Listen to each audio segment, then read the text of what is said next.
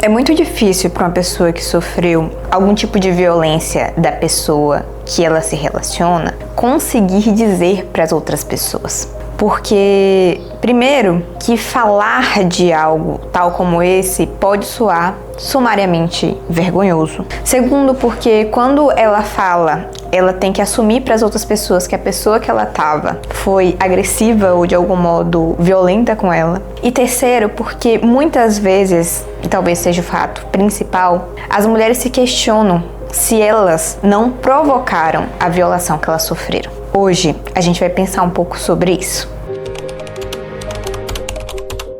Quando uma mulher sofre violência, a primeira coisa que ela pode vir a pensar é: por que que isso aconteceu comigo? O que que eu fiz que levou a essa pessoa a me violar desse modo? E é muito difícil tirar da cabeça da mulher, do raciocínio, do pensamento, do coração, essa ideia de responsabilidade. Por quê? Porque muitas vezes não só a sociedade culpa as mulheres pelo comportamento, como elas mesmas podem pensar de que grau eu contribuí para aquilo que me aconteceu. E óbvio que quando a gente fala de violência, quando a gente fala de violação, quando a gente fala de agressão de algum modo, a gente tem que pensar que o fato de isso ter acontecido não tem necessariamente a ver com a vítima. E é importante se dar conta disso porque quando a situação ela passa, a história ela é contada intimamente na cabeça da mulher e ela fica se questionando. Será que foi esse comportamento que levou a essa situação? Será que eu deveria ter falado mais baixo? Será que eu que causei os ciúmes nele? Será que eu não deveria ter me comportado de outro modo? Qual foi a situação que eu fiz que culminou nessa pessoa ter me agredido? Então, para a mulher, conseguir validar a voz dela ou a situação dela é difícil, porque não só ela passa a internamente se questionar sobre a veracidade do ocorrido, como quando ela conta para a pessoa que foi ali, às vezes, seu violador, o companheiro, que de algum modo a agrediu, ou de algum modo foi violento com ela, essa pessoa ela vai contar de um modo em que não houve a intenção. E o fato da pessoa contar como se não houvesse a intenção, em tese, tira a responsabilidade do que ocorreu. Então a mulher ela se vê num lugar de, bom, se a pessoa que tá comigo, que me ama, fez isso e não teve a intenção, então eu posso lhe dar uma segunda chance. Então a gente pode perceber que talvez o erro foi meu. Então talvez esse lugar de agressividade que o outro me trouxe, fui eu que provoquei. A mulher então começa no lugar de se questionar até que ponto foi ela que conduziu aquela situação de violência contra si mesma. E é esse o lugar que muitas mulheres se perdem e continuam um ciclo de violência. Porque enquanto elas estão nesse lugar de invalidar os próprios sentimentos, de invalidar aquilo que ocorreu, elas acabam dando vazão à versão do homem, ou à versão do seu violador. Porque a versão dele sempre vai ser uma versão sem responsabilidade. Vai ser uma versão sem encarar de fato o quão ele pode ser agressivo. Porque quando a gente pensa em agressividade, quando a gente pensa em violação, quando a gente pensa em abuso, a gente não pensa no seu parceiro romântico. A gente pensa em uma pessoa fora, a gente pensa em uma figura de um monstro, a gente pensa em uma figura da fera, mas a gente não mensura que os agressores, eles são os nossos companheiros, eles são os nossos parentes, eles são os nossos amigos, eles são as pessoas que estão perto da gente, as pessoas que têm contato com a gente. Esses são os potenciais agressores.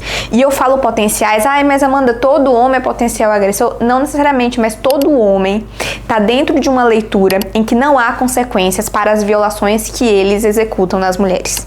Então, por mais que a gente tenha leis que falam que as mulheres não devem e pensam na perspectiva de proteção à mulher, sabe que na prática o aparato estatal para atender, acolher e dar conta de fazer com que essa mulher seja inserida na sociedade sem esse violador é muito insuficiente. Então essa mulher ela acaba tendo que lidar com os recursos próprios para dar conta de sair dessa relação. E muitas vezes é uma relação que ela mora junto com seu companheiro, muitas vezes é uma relação que existe uma dependência socioeconômica.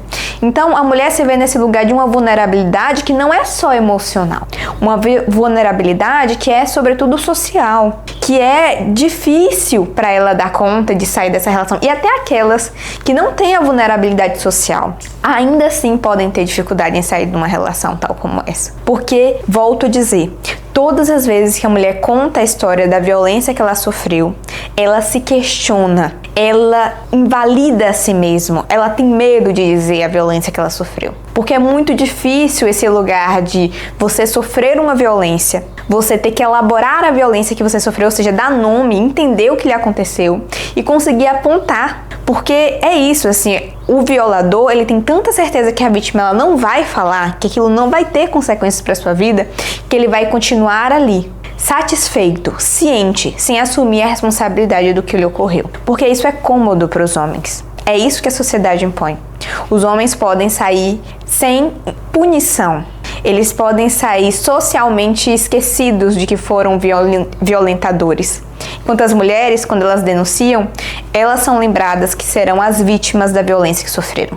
São elas que são apontadas como as pessoas que sofreram violência. Então a mulher ela não quer esse estigma.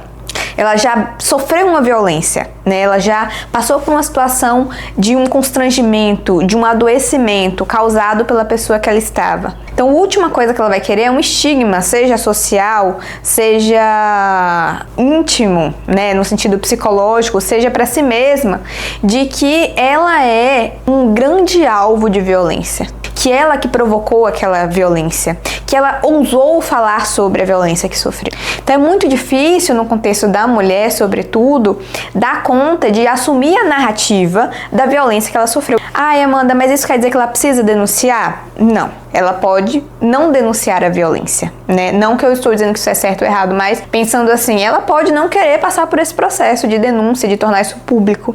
Mas ela precisa trazer a violência para as pessoas que podem acolhê-la, para as pessoas que vão ajudá-la a se lembrar que aquilo que aconteceu com ela foi uma violação dos seus direitos, foi uma violação de quem ela era, foi um subjugar ela ao papel de objeto numa relação e não de pessoa. Porque quando se trata de uma pessoa, você não vai agredir uma outra pessoa, você vai machucar o outro, você torna o outro objeto para poder machucá-lo. Você descaracteriza ele, né? Você coloca ele no lugar de mulher. Porque como assim essa mulher vai ter liberdade? Como assim ela vai ser igual? Como assim ela não quer uma relação? Então eu tenho que tornar ela menor, lembrar ela que ela é uma mulher e como mulher ela vai sofrer violência e vai ficar tudo bem. Então é muito importante para as mulheres que sofrem violência se conectarem a outras mulheres e conseguirem falar disso. Não precisa ser a público, mas elas podem se comunicar para que a cada mulher que ela conte, que ela tenha intimidade para falar, ela consiga assumir uma certa autonomia do que lhe aconteceu. Ela pode escrever, obviamente ela pode escrever. Ela pode dar conta de falar para algumas pessoas de confiança que vai acolhê-la. Sim, ela pode dar conta. Mas é importante fazer esse movimento, porque muitas vezes as mulheres não fazem esse movimento de delimitar que ali houve uma violência e acabam retornando a um ciclo de violência.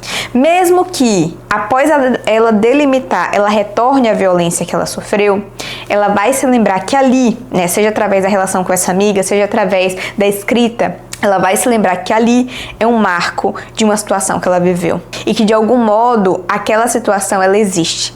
Quanto mais consciência a gente tiver daquilo que nos acomete, mais de certo modo fácil vai ser a gente ter autonomia de saída das situações que nos machucam. Bom, é isso. Eu fico por aqui. Informações sobre atendimento no link abaixo. Você também pode me encontrar no Instagram e estou no podcast Eu Não Preciso de Terapia. A gente se vê na próxima sessão. Um beijo e me conta aqui embaixo se você já passou por uma experiência tal como essa, se você se sentir confortável também, né? Se não sentir, eu sei que é um tema muito difícil. Mas é isso. Um beijo e até mais. Tchau!